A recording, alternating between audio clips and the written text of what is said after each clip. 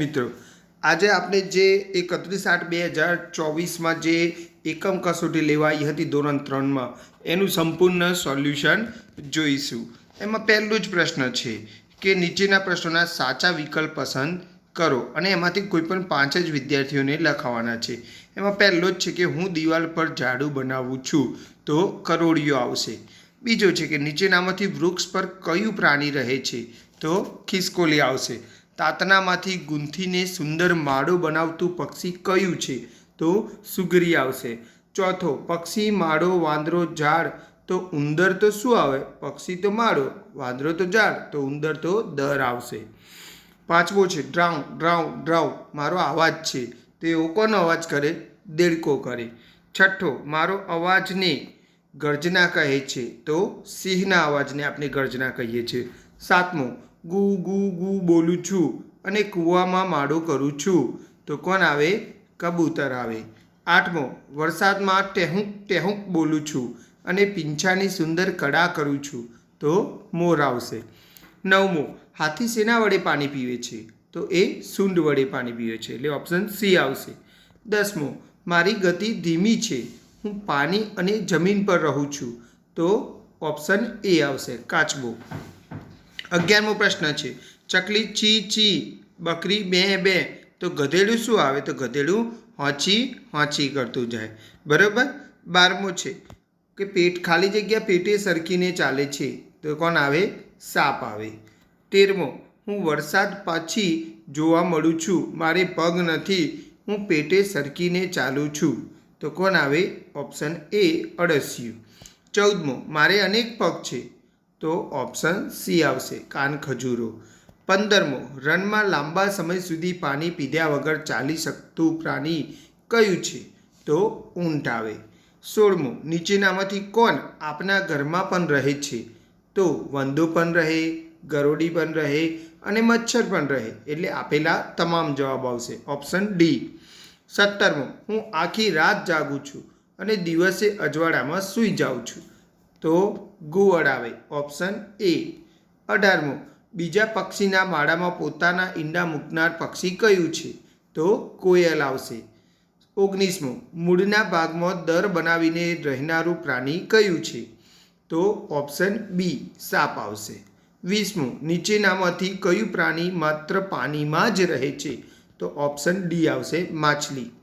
21મો, મને કેળું ખાવું ગમે છે, હું કૂદવામાં અને લટકવામાં સમય વિતાવું છું, તો ઓપ્શન સી આવશે, વાંદરું. 22મો, ઉડે છે છતાં બચ્ચાને જન્મ આપે છે, તેવું પ્રાણી કયું છે, તો ઓપ્શન ડી, ચામાચીડિયું આવશે. 23મો, ઝાડના તળમાં ચાંચથી ખોદીને બખોલ બનાવે તે પક્ષી કયું છે, તો ઓપ્શન એ, કલકલિયો. બરાબર. 24મો, એક પગે ઊભા રહી માછલીનો શિકાર કરતું સફેદ રંગનું પ્રાણી કયું છે, તો બતક આવશે, ઓપ્શન બી. 25મો, મારો રંગ કાળો છે અને મારો ટહુકો મધુર હોય છે, તો ઓપ્શન એ આવશે, કોયલ. હવે પ્રશ્ન 2 છે, એમાં પણ એવું જ છે કે નીચેના પ્રશ્નોના સાચા વિકલ્પ પસંદ કરો. એમાં પહેલો જ પ્રશ્ન છે કે નીચેનામાંથી ફૂલવાળી વનસ્પતિ કઈ છે, તો ગુલાબ આવશે, ઓપ્શન સી. બીજો છે બાથમાં ન લઈ શકાય તેવી કઈ વનસ્પતિ છે, તો વડ આવશે, ઓપ્શન બી. ત્રીજો પ્રશ્ન છે કે નીચેનામાંથી ખરબચડા થડવાળું વૃક્ષ કયું છે, તો ઓપ્શન એ, લીમડો આવશે. ચોથો પ્રશ્ન, નીચેનામાંથી લીસા થડવાળું વૃક્ષ કયું છે, તો ઓપ્શન એ આવશે, નાળિયેર. પાંચમું આવશે કે ઘટાદાર છાંયો આપતી વનસ્પતિ કઈ છે, તો એમાં ઓપ્શન ડી આવશે, વડ. છઠ્ઠો પ્રશ્ન છે કે નીચેનામાંથી કયા વૃક્ષની ડાળી દાંતણ બનાવવા ઉપયોગી છે, તો ઓપ્શન ડી આવશે, લીમડો. સાતમો પ્રશ્ન છે કેરીનું ફળ કયા વૃક્ષને આવે છે, તો ઓપ્શન એ, આંબો. આઠમો પ્રશ્ન છે કયા વૃક્ષના પાંદડા તોરણ બનાવવા ઉપયોગી છે, તો ઓપ્શન સી, આસોપાલવ. નવમો, કયા વૃક્ષનું ફળ શ્રીફળ તરીકે ઓળખાય છે, તો ઓપ્શન સી, નાળિયેર. 10મો પ્રશ્ન છે કે નીચેના પૈકી કઈ વનસ્પતિ ક્ષુપ છે, તો ઓપ્શન એ, આસોપાલવ. 11મો પ્રશ્ન, ઔષધ તરીકે ઉપયોગી વનસ્પતિ કઈ છે, તો ઓપ્શન એ, તુલસી. 12મો પ્રશ્ન, કઈ વનસ્પતિના પાન વાળું પાનવાળું વાળા હોય છે, એટલે એના પાંદડા પાનવાળા જેવા હોય એમ. તો ગુલાબ. 13મો પ્રશ્ન, નીચેનામાંથી વેલા પ્રકારની વનસ્પતિ કઈ છે? તો દ્રાક્ષ છે. 14મો પ્રશ્ન, કઈ વનસ્પતિનો ઉપયોગ શાકભાજીમાં થાય છે? તો સરગવો. 15મો પ્રશ્ન, છોડ પર થતું શાકભાજી કયું છે? તો ઓપ્શન બી ભીંડો આવશે. 16મો પ્રશ્ન, કઈ વનસ્પતિના ફળનો ઉપયોગ મુખવાસ તરીકે થાય છે? તો એલચી. 17મો, અથાણામાં ઉપયોગી વનસ્પતિ કઈ છે? ગુંદા આવે, ઓપ્શન એ. 18મો, રણ પ્રદેશમાં થતી વનસ્પતિ કઈ છે? Option C ખજૂરી. 19મો પ્રશ્ન, કંદમૂળ પ્રકારની વનસ્પતિ કઈ છે? Option D સુરણ. 20મો પ્રશ્ન, કઈ વનસ્પતિને ગંધથી પારખી શકાય છે? તો ઓપ્શન એ ગુલાબ આવશે. 21મો પ્રશ્ન, જાણીતી ઔષધીય વનસ્પતિ કઈ? જાણીતી ઔષધીય વનસ્પતિ કઈ છે? તો તુલસી આવશે. 22મો પ્રશ્ન, કયા છોડના પર્ણને સ્પર્શ કરવાથી તેના પર્ણ બીડાઈ જાય છે? તો લજામની આવશે. 23મો પ્રશ્ન, વનસ્પતિનો મસાલા તરીકે ઉપયોગ કરી શકાય છે? તો ઓપ્શન એ લવિંગ આવશે. 24મો પ્રશ્ન, કઈ વનસ્પતિ કઠોળ છે? તો ઓપ્શન ડી ચના. 25મો પ્રશ્ન આવશે કે કઈ વનસ્પતિના પર્ણો લાંબા હોય છે? તો કેળ આવશે. બરાબર. હવે પ્રશ્ન 3 છે કે નીચે આપેલા વિકલ્પોમાંથી સાચો વિકલ્પ પસંદ કરીને લખો. એમાં પહેલો જ પ્રશ્ન છે કે કઈ પ્રવૃત્તિ માટે પાણી જરૂરી છે? તો ઓપ્શન બી વૃક્ષો ઉગાડવા. બીજો પ્રશ્ન છે કે પાણી કઈ પ્રવૃત્તિ માટે જરૂરી નથી? તો ગીત ગાવામાં. ત્રીજો પ્રશ્ન છે કે પાણીની જરૂરિયાત સૌથી વધુ કઈ પ્રવૃત્તિમાં પડશે? તો ખેતરમાં પાણી આપવા માટે. ચોથો પ્રશ્ન છે કે મીઠા પાણીના સ્ત્રોત કયા છે? તો નદી પણ આવે, તળાવ પણ આવે અને ઝરણા પણ આવે, એટલે આપણે ઓપ્શન ડી લખીશું, આપેલ તમામ. પાંચમો પ્રશ્ન છે કે તમે તમારા ઘર કે તેની આજુબાજુમાંથી પીવાનું પાણી ક્યાંથી મેળવશો? તો ઓપ્શન બી આવશે, નળ કે હેન્ડપંપમાંથી.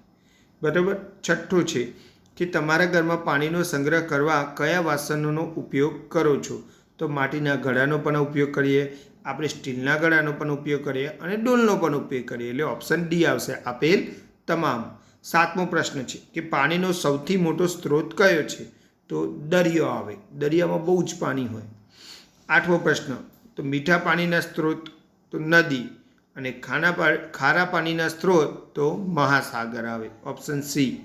નવમો પ્રશ્ન છે કે પાણી વગર તમે શું શું કરી શકો છો? તો શ્વાસ લઈ શકીએ, નોટબુકમાં લખી શકીએ અને ટીવી પણ જોઈ શકીએ, એટલે કે આપેલ તમામ આવશે. 10મો પ્રશ્ન છે પાણી વગર તમે શું કરી શકો? તો અભિનય કરવો, એ પાણી વગર કરી શકીએ છીએ. 11મો પ્રશ્ન, હું જીવન ટકાવી રાખવા માટે મહત્ત્વની બાબત છું? તો ઓપ્શન સી પાણી આવશે. પાણીનો ઉપયોગ કોણ કરે છે? તો માનવી પણ કરે, પશુ પક્ષી પણ કરે અને જીવજંતુઓ પણ કરે, એટલે આપેલ તમામ આવશે. બરાબર. પ્રશ્ન 3 છે કે ટૂંકમાં જવાબ લખો. તમે પાણીનો બગાડ કઈ રીતે અટકાવશો? તો નળ બંધ કરીને, વરસાદનું પાણી કૂવામાં નાખી, જરૂર પૂરતું પાણી લઈને. બરાબર. કપડાં ધોવા માપસરનું પાણી વાપરીએ, નાહવા માટે પાણી માપસરનું વાપરીએ, કપડાં ધોતી વખત જે વધારાના નકામું પાણી હોય એને ફૂલ છોડમાં નાખીને, આવું બધું ઘણા બધા ઓપ્શન લખી શકાય છે. બીજો પ્રશ્ન, તમે જાણતા હોય તેવી કોઈપણ બે નદીઓના નામ આપો. તો બનાસ નદી, સાબરમતી નદી, ગંગા, યમુના, બ્રહ્મપુત્ર, ગમે તે લખાય. નીચે આપેલ શબ્દોમાંથી અલગ પડતો શબ્દ ઓળખીને લખો. નદી, પર્વત, તળાવ અને સરોવર. તો પર્વત, કારણ કે બાકીના બધા પાણીના સ્ત્રોત છે.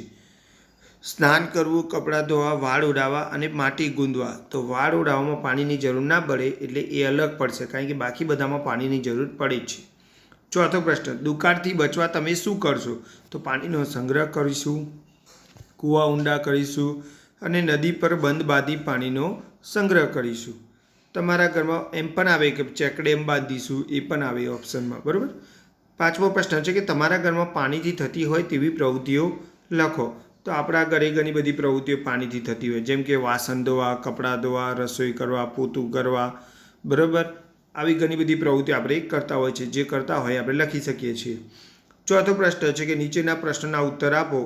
એમાં લખ્યું છે કે આપની પ્રથમ શાળા કઈ છે? તો આપણું ઘર જ એ આપણી પ્રથમ શાળા છે. બરાબર. તમે ઘરના કયા કયા કામમાં મદદ કરો છો? તો કચરો વાળવામાં કરે, કોઈ વાસણ ધોવામાં કરે, કોઈ પાણી ભરવામાં કરે, કોઈ મમ્મીને શાકભાજી સમારવામાં કરે, કોઈ મમ્મીને ખાવા બનાવવામાં મદદ કરે. જે કામ કરતા હોય એ કામ લખી શકાય છે. તમારા ઘરમાં રસોઈ કોણ બનાવે છે? તો લગભગ બધાના ઘરે મમ્મી જ બનાવતી હોય. તમારા પપ્પા શું વ્યવસાય કરે છે? તો આમાં ખેતી લખી છે, પણ તમારે જે પણ હોય એ વ્યવસાય લખી શકો છો. પપ્પાના પપ્પાને શું કહેવાય છે? તો દાદા. મમ્મીની બહેનને શું કહેવાય? તો માસી. પપ્પાના ભાઈને કાકા કહેવાય. કાકાના બહેન હોય એને ફોઈ કહેવાય. મમ્મીના ભાઈ હોય એને મામા કહેવાય. અને કાકાના પત્ની હોય એને કાકી કહેવાય. બરાબર. ચલો, સી વિભાગમાં છે કે હું રસોઈનું કામ કરું છું તો મમ્મી કરશે. હું સ્કૂલે જાઉં છું તો તમારે પોતાનું નામ લખવાનું છે. બરાબર. હું વ્યવસાય કરવા જાઉં છું તો પપ્પા. હું ઘરે બાળકોને વાર્તા કહું છું તો દાદા. હું ઘરકામમાં મમ્મીને મદદ કરું છું તો બહેન આવશે. બરાબર. હવે આ વિભાગ ડી છે, એમાં મેં જવાબ નથી લખ્યા. એમાં તમારે પોતાની વિગત લખવાનું છે. બરાબર. તમારા પપ્પાનું પૂરું નામ લખો, તમારા મમ્મીનું પૂરું નામ લખો, તમારું આખું નામ લખો, તમારા દાદાનું પૂરું નામ લખો, તમારી બહેનનું પૂરું નામ લખો. એમ વિદ્યાર્થીએ પોતાની જે પણ હોય પર્સનના નામ વ્યક્તિઓના નામ એ તમારે અહીંયા ફિલઅપ કરવાના છે, લખવાના છે. બરાબર. વિભાગ ઈ. તો જ્યારે હું ઉદાસ હોઉં છું ત્યારે દાદા પાસે જાઉં છું. હું ભૂતકાળ વિશે જાણવા માગું છું ત્યારે દાદા પાસે જાઉં છું.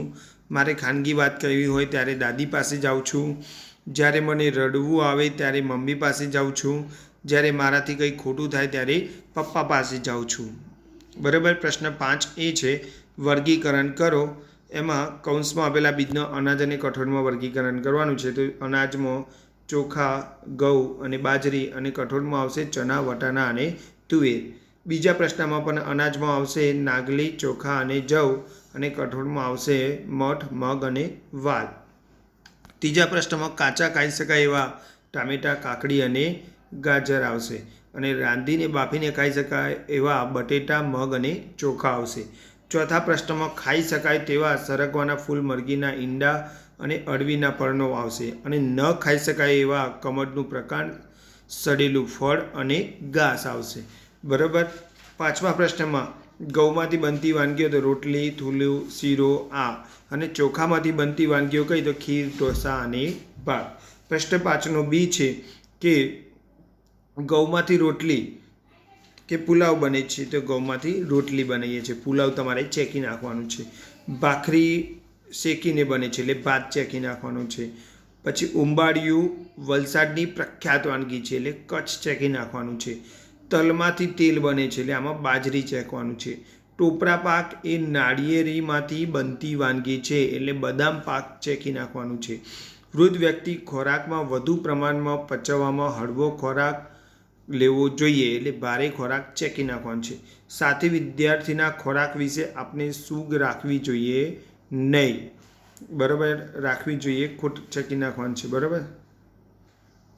ભૂખ લાગે ત્યારે શરીરમાં નબળાઈ લાગવા મળે છે, શક્તિ ચેકી નાખવાનું છે. ખોરાક હંમેશા ઘરની વસ્તુનો ઉપયોગ કરવો જોઈએ, બહારની વસ્તુ ચેકી નાખવાની છે. અને 10મો ખોરાક એ આપણી જરૂરિયાત છે, નથી આપણે ચેકી નાખવાનું છે. તો વિદ્યાર્થી મિત્રો, તમને આ વિડીયો ગમ્યો હોય તો શેર, સબસ્ક્રાઈબ અને લાઇક કરજો આવા નવા અન્ય કસોટીના વિડીયો જોવા માટે. Okay, good bye.